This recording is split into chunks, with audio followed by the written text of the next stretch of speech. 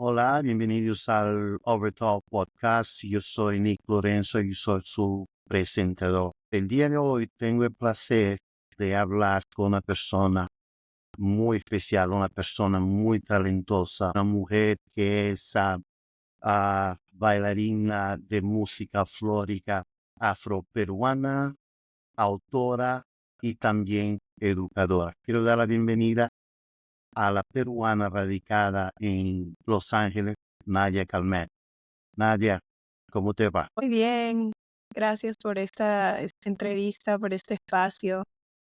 Qué bueno compartir mi cultura con la gente que te sigue. Muchas gracias. No, de nada, el placer es mío y una vez más, gracias por aceptar mi invitación. Yo sé que está pasando por un momento difícil, pero hiciste el tiempo para hablar aquí con nosotros. El objetivo es que la gente sepa más de ti, de tu trabajo, principalmente mucha gente sabe de tu trabajo, pero siempre hay alguien que no sepa y espero que ese show ayude a que esta gente sepa más de ti. Nadia, ¿por qué se te considera la embajadora dura afroperuana en Los Ángeles o en Estados Unidos? Y yo no sé si merezca ese título tan grande y ostentoso, pero puedo entender que tal vez es la consecuencia de mi trabajo y de la dedicación que le pongo a difundir la cultura del Perú, la diversidad cultural del Perú a través de un lenguaje con filosofía afrodescendiente. He dedicado mi vida a la investigación y a la danza, el teatro, la música. Creo que cuando me dirijo a las personas que tienen el interés de estos temas, pueden mi responsabilidad, ¿no? Mi disciplina y la pasión el respeto con el que me dedico a este viaje de la cultura. Y creo que es por eso. Sí, bueno, no sé, se te olvidó decir también el talento que tienes y la pasión que Mm. le pones a tu trabajo es excepcional. Tú llevas mucho tiempo promoviendo la cultura afroamericana, afroperuana por el mundo en Estados Unidos. ¿Cómo empezó esta pasión, este sentimiento como que de responsabilidad de hablar y de que la gente sepa de la cultura de tu tierra? ¿Cuándo empezó eso? La primera vez que yo salí del país tenía 15 años. Ah, Alex, me di cuenta a esa edad que las personas cuando me preguntaban de dónde era, de qué país eres, se sorprendían cuando les decía que era peruana, ¿no? Me decían, pero no, pero pareces más caribeña o de Colombia, ¿no? Puerto Rico, cubana. Y yo les decía, no, pero soy peruana, pero que en el Perú hay gente como tú, me preguntaban. Y entonces eso al principio yo no lo entendía muy bien. Decía, wow, que la gente no sabe que hay gente como yo. Entonces, a la par yo iba empezando en la danza profesionalmente y la danza me lleva a entender el poder político que tiene la danza para expresar aquello que muchas veces con palabras no se puede. Entonces la gente a través de la diversidad cultural de las danzas que yo practicaba entendía un poco tal vez mejor o más fácil. Entonces, conocer al grupo Teatro del Milenio me lleva a entender que mi danza tenía una responsabilidad política, porque ellos tenían una misión, una visión filosófica de la cultura afroperuana, desde la resistencia y la resiliencia. Entonces yo empecé a utilizar ese interés que tenía la gente por saber, esa curiosidad, la empecé a usar como una herramienta para hablar de diversidad y entonces visibilizar así la comunidad afrodescendiente, que no solo en ese entonces estaba aún más invisibilizada en los libros de historia. La gente no hablaba tanto de diversidad en ese entonces, estoy hablando de hace más de 25 años. Mm, Y entonces entendí que tenía un poder político y empecé a usar ese poder político para hablar como a conciencia, pero eso requería saber mucho, Claro. porque entonces la gente, si bien veía la forma, mi rareza, en mi rasgo físico, el estereotipo, ¿no? Del ser mujer, Pero esta cosa de no entender, de estereotipar a las personas Correcto. de cierta parte del mundo por sus rasgos físicos, ¿no? Entonces me di cuenta que podía utilizar eso y ser un gran portal para hablar de temas como racismo, discriminación, el proceso de blanqueamiento cultural, utilizar como una herramienta para decolonizar el pensamiento de las personas, nuestra educación que hemos recibido. Y entonces ese despertar, que sigue siendo un viaje todavía bien largo, me tomó a llevarlo como a tomarme en serio mi papel de ser afrodescendiente y de ser una voz autorizada, digamos, a un micrófono, por ejemplo, al pararme en un escenario, me daba cuenta que ya no solo era moverse bien y, y lucir bien, sino era, hey, estás teniendo una responsabilidad aquí muy grande, estás representando los ancestros invisibilizados históricamente, aquellos que han muerto luchando, soñando tal vez con mi privilegio de estar frente a un micrófono, frente a una cámara, en un escenario. Y entonces, nada, entré en un viaje mental de encontrar respuestas, de preguntar mucho más el proceso histórico, entender la esclavitud, el proceso de la esclavización como una fuente de resistencia cultural, de entender la alegría como un mecanismo de defensa, de entender la danza como una fuente de resistencia para sanar heridas históricas. Hay más responsabilidad en lo que hace, ¿no? No es nada más el disfrutar el movimiento, vida. Definitivamente. Y ya con los años eso tomó una especie de entender los procesos artísticos como una herramienta de sanación para transformar el dolor de las miles de situaciones por las cuales nuestros ancestros han pasado y transformar el dolor en una obra de arte, ¿no? Que Entonces, ahí también me envuelvo un poco en esto de la arte terapia, ¿no? Utilizar las artes como una herramienta terapéutica, porque ya me daba cuenta de que el aplauso o las luces o el escenario ya no me llenaban a nivel espiritual. Que Exacto. sí me da, por ejemplo, las aulas, cuando converso con las personas y estamos en círculos eh, de danza o de percusión y estamos conversando sobre temas que normalmente no se tocan. Los problemas de migración, por ejemplo, cuando me mudé aquí, de cómo la gente lidia con el dolor, cómo lidian con el trauma y cómo la danza o la herramienta artística en general se convierte en una herramienta poderosísima para abrir esas fibras, llegar a esas fibras del ser humano que normalmente no se llega cuando estás en el escenario eh, o de repente no lo sientes directamente, ¿no? Tiene otros placeres estar en el stage, debo reconocer, estar en la tele, tiene otros gustitos, Bueno, ¿no? en tu escenario, ¿tú consideras que a la medida que vas evolucionando en tu carrera, en tu profesión, pues esta parte del arte, del baile como terapia sería la evolución natural de tu carrera o esa apenas va a seguir siendo apenas una parte de los tantos componentes que tienes tú en esta lucha por reconocimiento o por la visibilidad de los afrodescendientes de Perú? Es el camino. Encontrar el ser es el camino. Yo creo que más bien nosotros, los danzantes, los ejecutantes, tenemos la obligación moral de recuperar la esencia sagrada que tienen las artes en la vida del ser humano. Y también es nuestra forma más revolucionaria de decolonizar la mente de la gente, que nos vio a los afrodescendientes únicamente como entretenimiento, o como nos Ujú. usan aquí. Nos usan aquí como para hablar de diversidad, hay que traer a los afrodescendientes. Sí, pero hay que saberlo nosotros para saber que somos creadores de cultura. Y sabiendo eso, es que entiendes que tu rol no es solamente de entretener, Si bien el entretenimiento cumple una función en la sociedad, yo siento que desde de los inicios de los tiempos, nuestros ancestros han danzado, han cantado, han pintado, han tejido, han burilado, han tallado para algo más profundo que solamente entretener.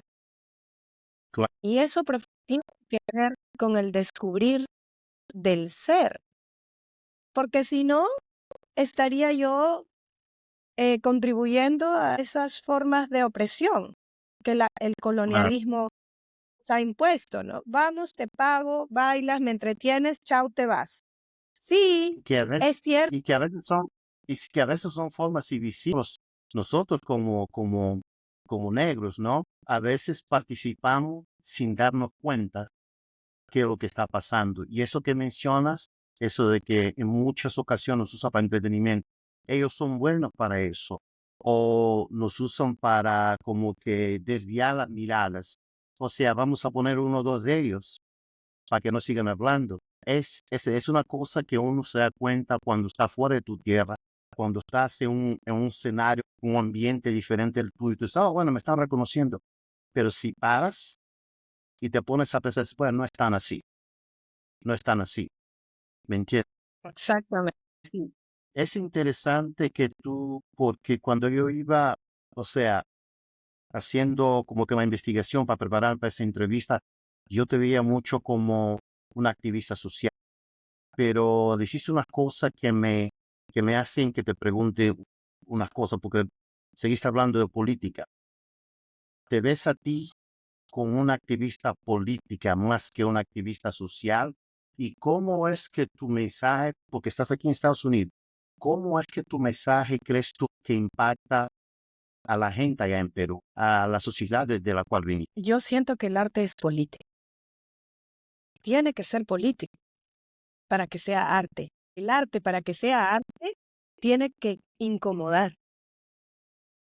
Si no, es entretenimiento nomás.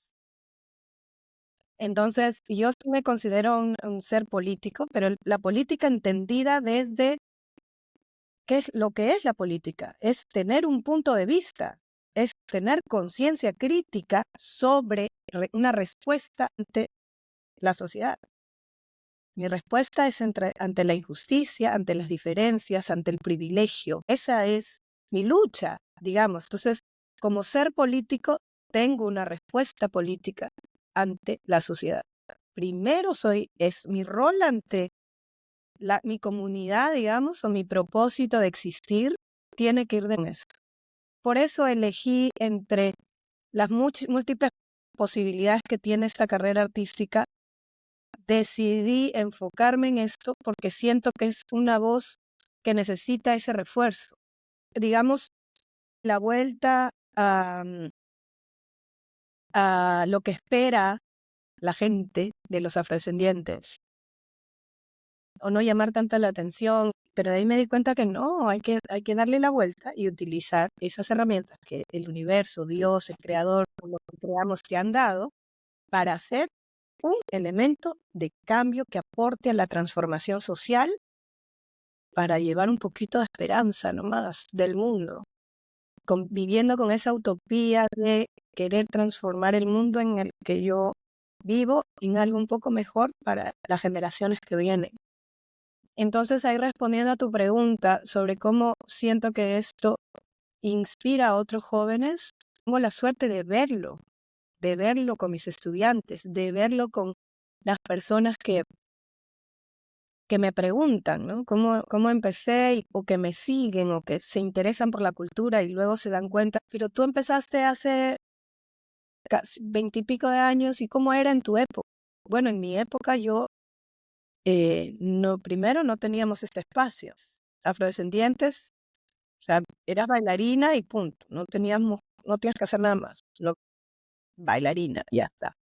Pero una bailarina que tenga injerencia política, que tenga pensamiento crítico, que se pare al frente y que lidere, que esté además rodeada de un espacio masculino, ¿no? Dirigida, liderada por hombres.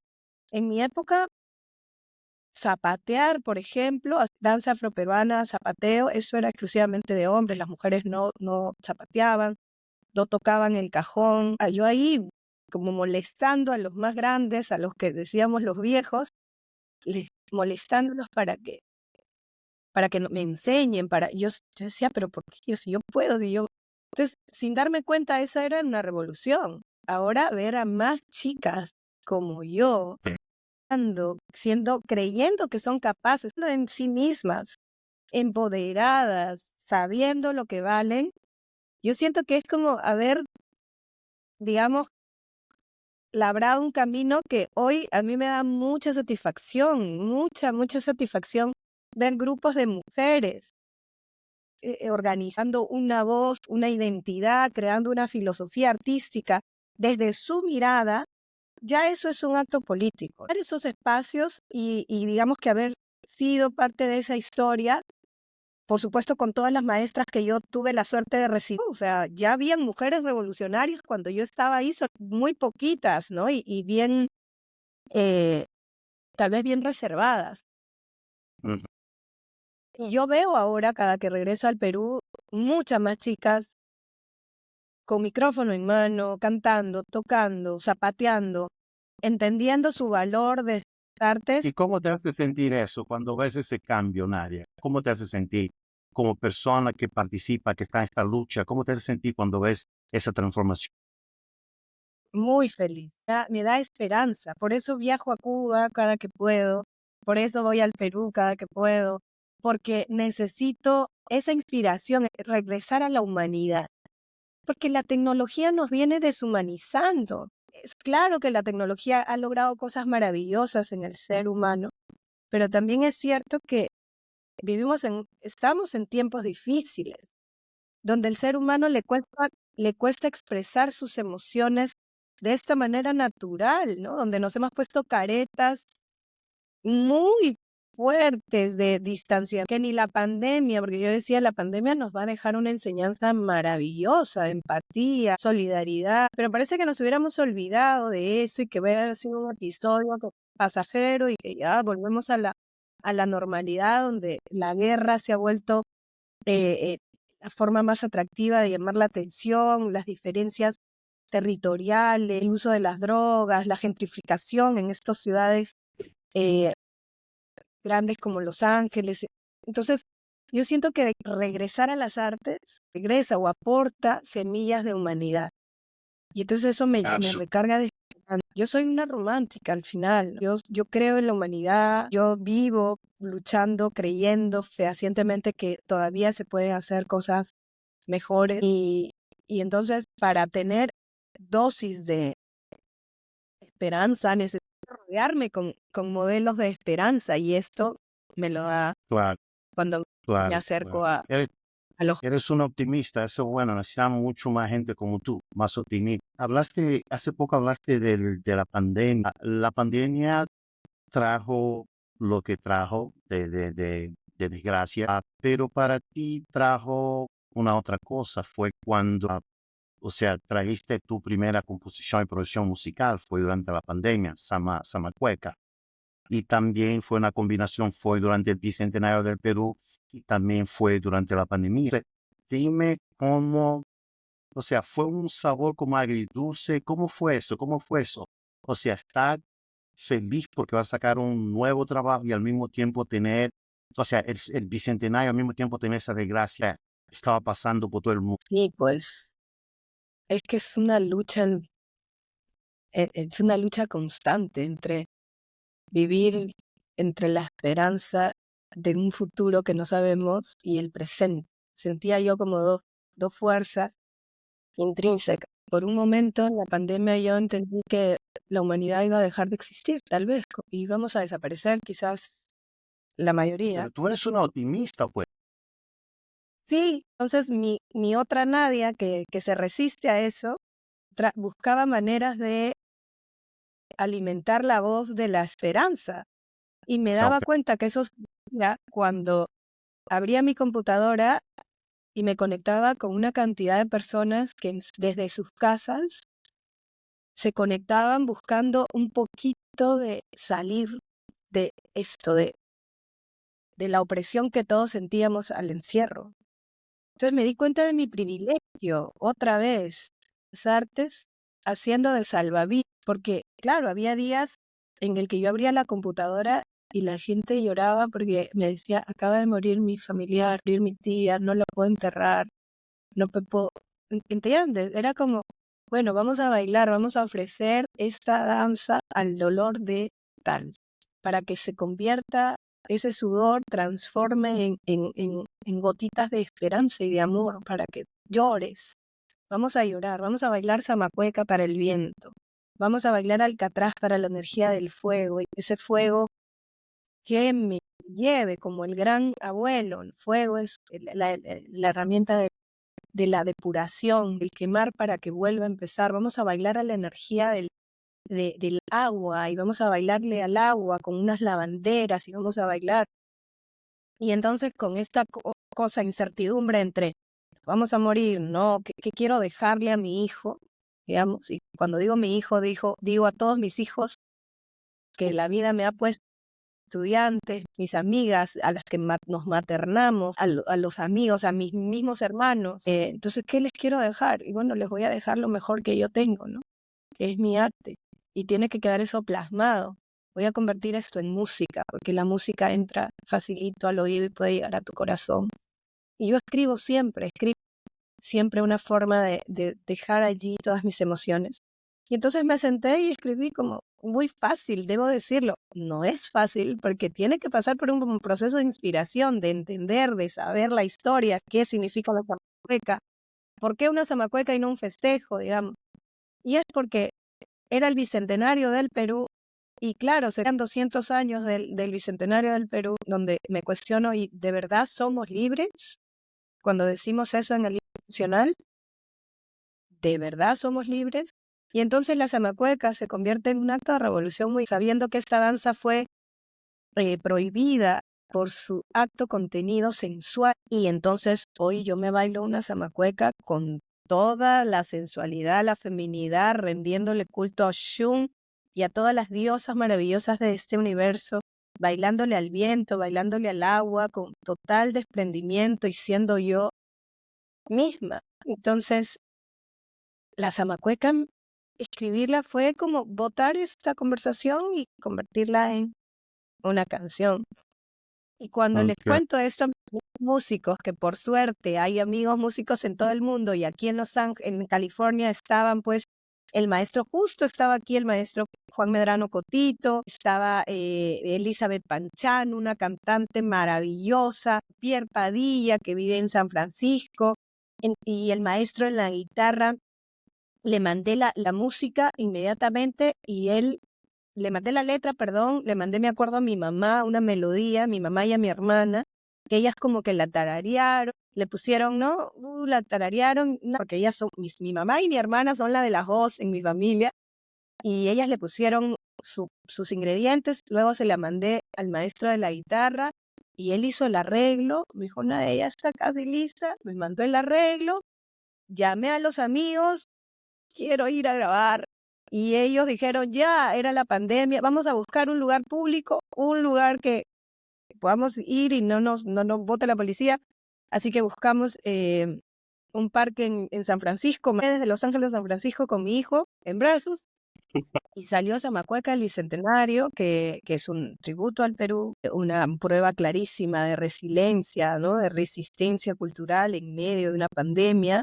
Otra vez, mis ganas de convertir el dolor en arte. Y ahí está, la gente lo recibió muy bien, escuchó en la radio en el Perú, hubo un rebote en varios países de Latinoamérica donde se baila la zamacueca, Argentina, Chile, me llamaba gente de varios países diciendo gracias por hacer esto.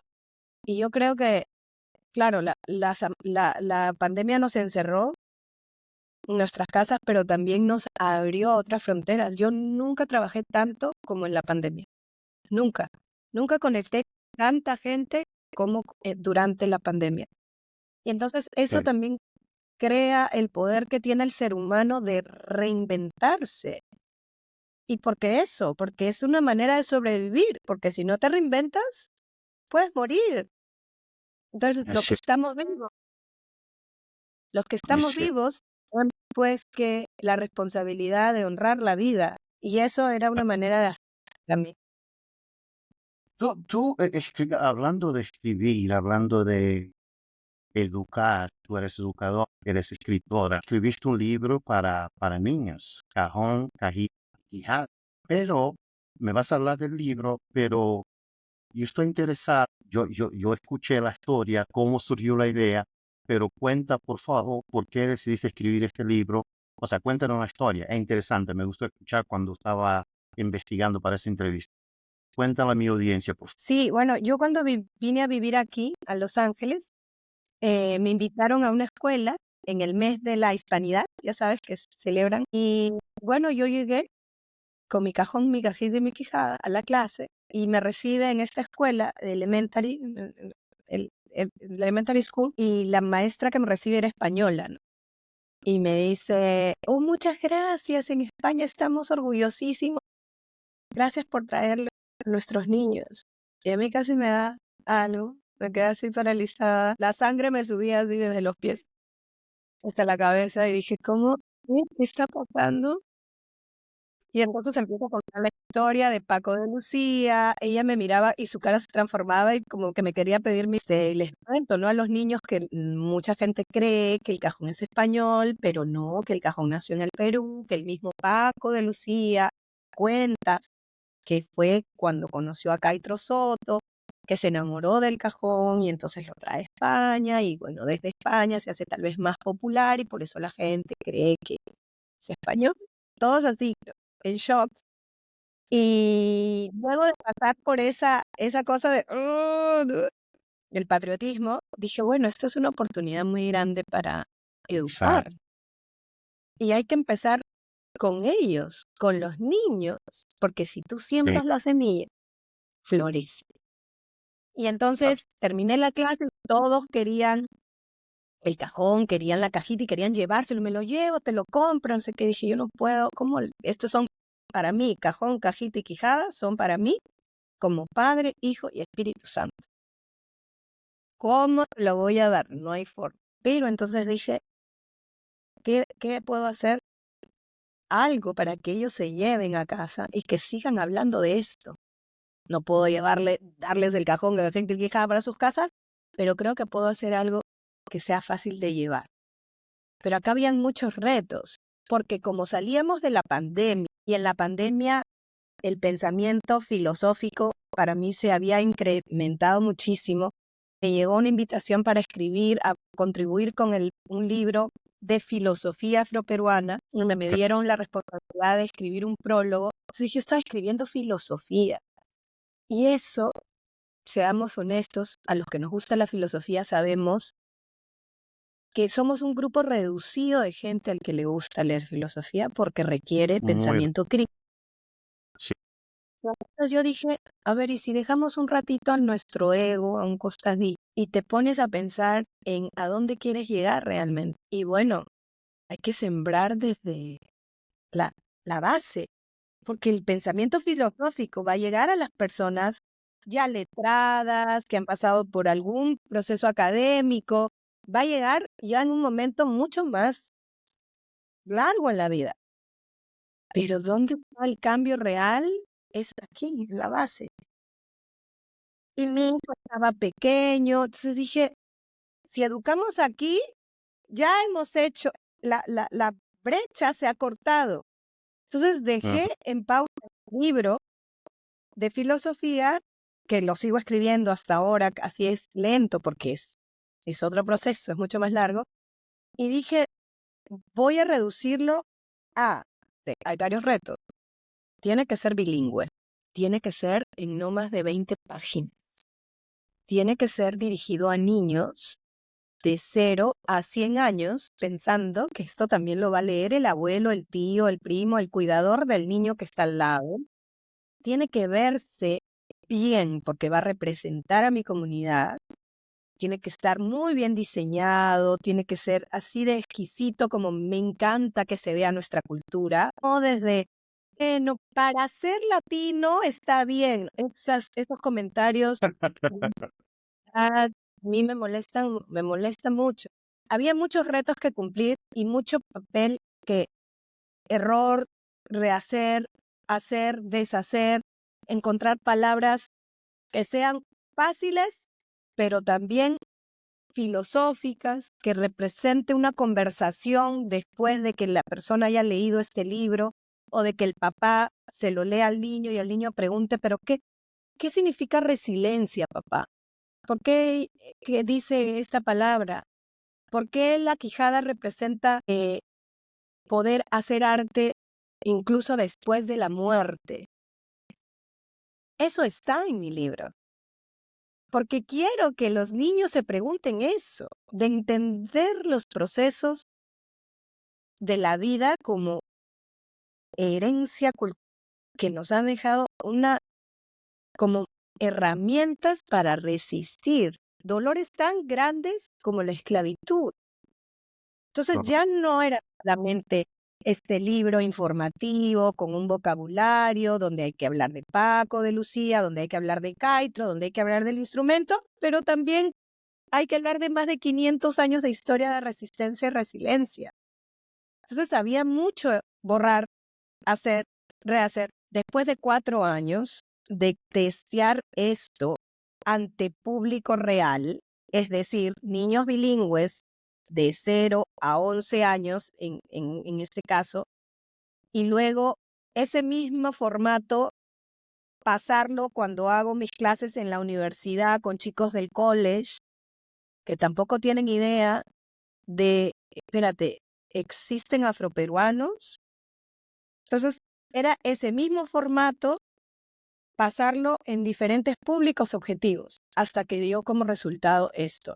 Compaginar todo en 20 páginas, mucha osadía, la verdad, y que pueda llegar así de fácil a cualquier público, desde el más letrado hasta el niño que tiene 5 años y que nunca ha visto un cajón ni sabe qué se toca.